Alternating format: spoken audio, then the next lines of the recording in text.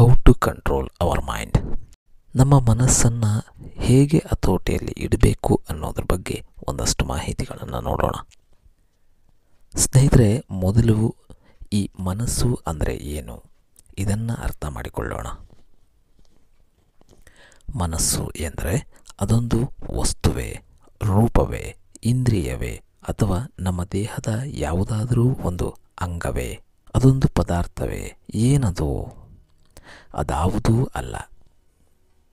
ನಮ್ಮ ಇಡೀ ಅಂಗರಚನೆಯ ವ್ಯವಸ್ಥೆಯ ಒಗ್ಗೂಡಿಸಿದ ಅಂಶವೇ ಅಥವಾ ಅಸ್ತಿತ್ವವೇ ಈ ಮನಸ್ಸು. ಸ್ನೇಹಿತರೆ, ಇಲ್ಲಿ ಒಂದು ವಿಷಯವನ್ನು ನಾವು ಅರ್ಥ ಮಾಡ್ಕೋಬೇಕು. ಈ ಮನಸ್ಸು ನಮ್ಮದೇ ದೇಹದ ಒಂದು ಅವಿಭಾಜ್ಯ ಅಂಗ. ಮನಸ್ಸಿನ ಚಟುವಟಿಕೆಗಳ ಆಗುಹೋಗುಗಳ ಬಗ್ಗೆ ಇಲ್ಲಿಯವರೆಗೆ ಸಂಶೋಧನೆ ನಡೆಸಿದ ದೊಡ್ಡ ದೊಡ್ಡ ಮಹಾನ್ ವಿದ್ವಾಂಸರಿಗೂ ಸಹ ಅದು ಅರ್ಥವಾಗಿಲ್ಲ.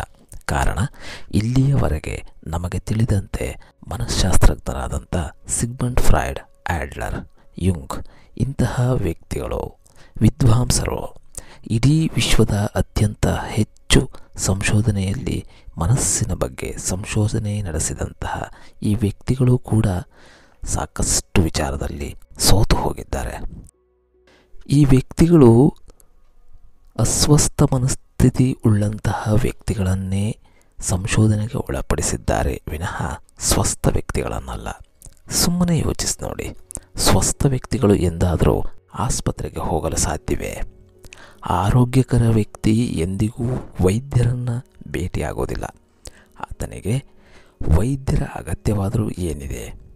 ಇಲ್ಲಿ ಸಂಶೋಧನೆ ನಡೆದದ್ದು ಹೀಗೆ, ಕೇವಲ ಮನೋರೋಗಗಳ ಮನಸ್ಸನ್ನು ಅರಿಯುವ ಬಗ್ಗೆ. ಇಲ್ಲಿ ರೋಗ ಇದ್ದಂಥ ವ್ಯಕ್ತಿಗಳನ್ನು ಪರೀಕ್ಷಿಸಲಾಗುತ್ತೆ, ಆದರೆ ಸ್ವಸ್ಥ ವ್ಯಕ್ತಿಗಳನ್ನಲ್ಲ. ಅಂದರೆ ಸ್ವಸ್ಥ ಅಥವಾ ಆರೋಗ್ಯಕರ ವ್ಯಕ್ತಿಯ ಮನಸ್ಸು ಮನೋರೋಗದಿಂದ ಎಂದಿಗೂ ಕೂಡಿರೋದಿಲ್ಲ. ಅದು ಸಹಜವೇ ಆಗಿರುತ್ತೆ. ಸಹಜ ಅಂದರೆ ಏನು? ಅದು ಎಷ್ಟರ ಮಟ್ಟಿಗೆ? ಇದನ್ನು ಅರ್ಥ ಮಾಡಿಕೊಳ್ಬೇಕಾಗತ್ತೆ. ಈ ಮನಸ್ಸು ಅಂದರೆ ನಮ್ಮ ಪ್ರತಿರೂಪ, ನಮ್ಮೊಳಗಿನ ಎಲ್ಲದರ ಒಂದು ಅಂಗ, ಅಂಶ. ಇದು ಇಡೀ ಇಂದ್ರಿಯಗಳ ಮೂಲಕ ಯಾವುದೆಲ್ಲ ವಸ್ತುವನ್ನು ಅಥವಾ ವ್ಯಕ್ತಿಯನ್ನು ಅಥವಾ ಇನ್ನೇನೋ ಒಂದನ್ನು ಆಸೆ ಪಡ್ತೀವೋ, ವ್ಯಾಮೋಹ ಇಟ್ಟುಕೊಳ್ತೀವೋ ಅಂಥದ್ದರ ಕುರಿತಾಗಿ ಮೋಹ ಪರವಶತೆಯಲ್ಲಿ ತೊಡಗಿಸಿಕೊಳ್ಳುವುದೇ ಇದರ ಕೆಲಸ. ಜನ ಹೇಳ್ತಾರೆ, ಸರ್, ಈ ಮನಸ್ಸಿನಲ್ಲಿ ಆಲೋಚನೆಗಳನ್ನು ಬರದೇ ಇರೋ ಥರ, ಆಸೆ ಬಯಕೆಗಳು ಬಾರದೇ ಇರೋ ಥರ ನೆಮ್ಮದಿಯಿಂದ ಇರೋದಕ್ಕೆ ಏನನ್ನಾದರೂ ಉಪಾಯ ಹೇಳಿ ಅಂತ. ನೋಡಿ, ಇಷ್ಟನ್ನು ನೆನಪಿಡಿ.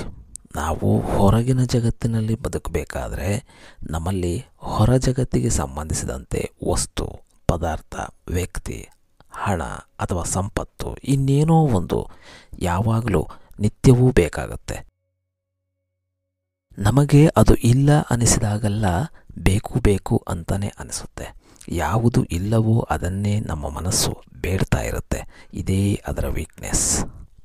ಇದರ ಬಗ್ಗೆ ಎಚ್ಚರದಿಂದ ಇರಿ. ಕಾರಣ, ನಮ್ಮ ಮನಸ್ಸು ಅನುಭವಿಸುವವರೆಗೆ ಮಾತ್ರ ಪ್ರತಿ ವಿಚಾರದಲ್ಲೂ ಹಠ ಮಾಡುತ್ತೆ.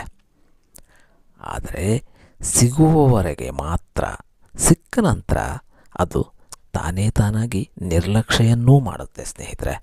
ಆದ್ದರಿಂದ ಇದನ್ನು ಹತೋಟಿಯಲ್ಲಿ ಇಡುವ ಪ್ರಯತ್ನವನ್ನು ಮಾಡಬೇಡಿ. ನೀವು ಮಾಡಿದ್ರೆ ಸೋಲೋದು ಖಂಡಿತ. ಬದಲಿಗೆ ಅದನ್ನು ಗಮನಿಸ್ತಾ ಹೋಗಿ, ಸುಮ್ಮನೆ ಗಮನಿಸ್ತಾ ಹೋಗಿ, ಸಾಕ್ಷಿಯಾಗಿರಿ. ನಿಮ್ಮೊಳಗೆ ಏನೆಲ್ಲ ಕಲ್ಪನೆಗಳು, ಚಿತ್ರಗಳು, ಬದಲಾವಣೆಗಳು ಅಥವಾ ಭಾವನೆಗಳು ಇನ್ನೇನೇ ಹುಟ್ಟಲಿ ಎಲ್ಲವನ್ನೂ ಗಮನಿಸ್ತಾ ಹೋಗಿ. ಯಾವಾಗೆಲ್ಲ ನೀವು ಹೆಚ್ಚು ಹೆಚ್ಚು ಗಮನಿಸುತ್ತಾ ಹೋಗ್ತಿರೋ ಆಗ ನಿಮ್ಮೊಳಗಡೆ ಬರತಕ್ಕಂಥ ಯಾವುದೇ ಚಿತ್ರಣಗಳಿರಲಿ, ಆಸೆಗಳಿರಲಿ, ಭಾವನೆಗಳಿರಲಿ ಎಲ್ಲವೂ ಸ್ಥಗಿತಗೊಳ್ಳುತ್ತಾ ಹೋಗುತ್ತೆ. ಆಗ ಇದ್ದಕ್ಕಿದ್ದ ಹಾಗೆ ನಿಮ್ಮೊಳಗಡೆ ಶಾಂತಿ ಅಥವಾ ಮೌನ ಘಟಿಸುತ್ತಾ ಹೋಗುತ್ತೆ. ಇದು ಧ್ಯಾನದ ಸ್ಥಿತಿಗೆ ನಿಮ್ಮನ್ನು ನೀವೇ ಬದಲಾಯಿಸ್ಕೊಳ್ತಕ್ಕಂಥ ಒಂದು ಸರಳ ಮಾರ್ಗ.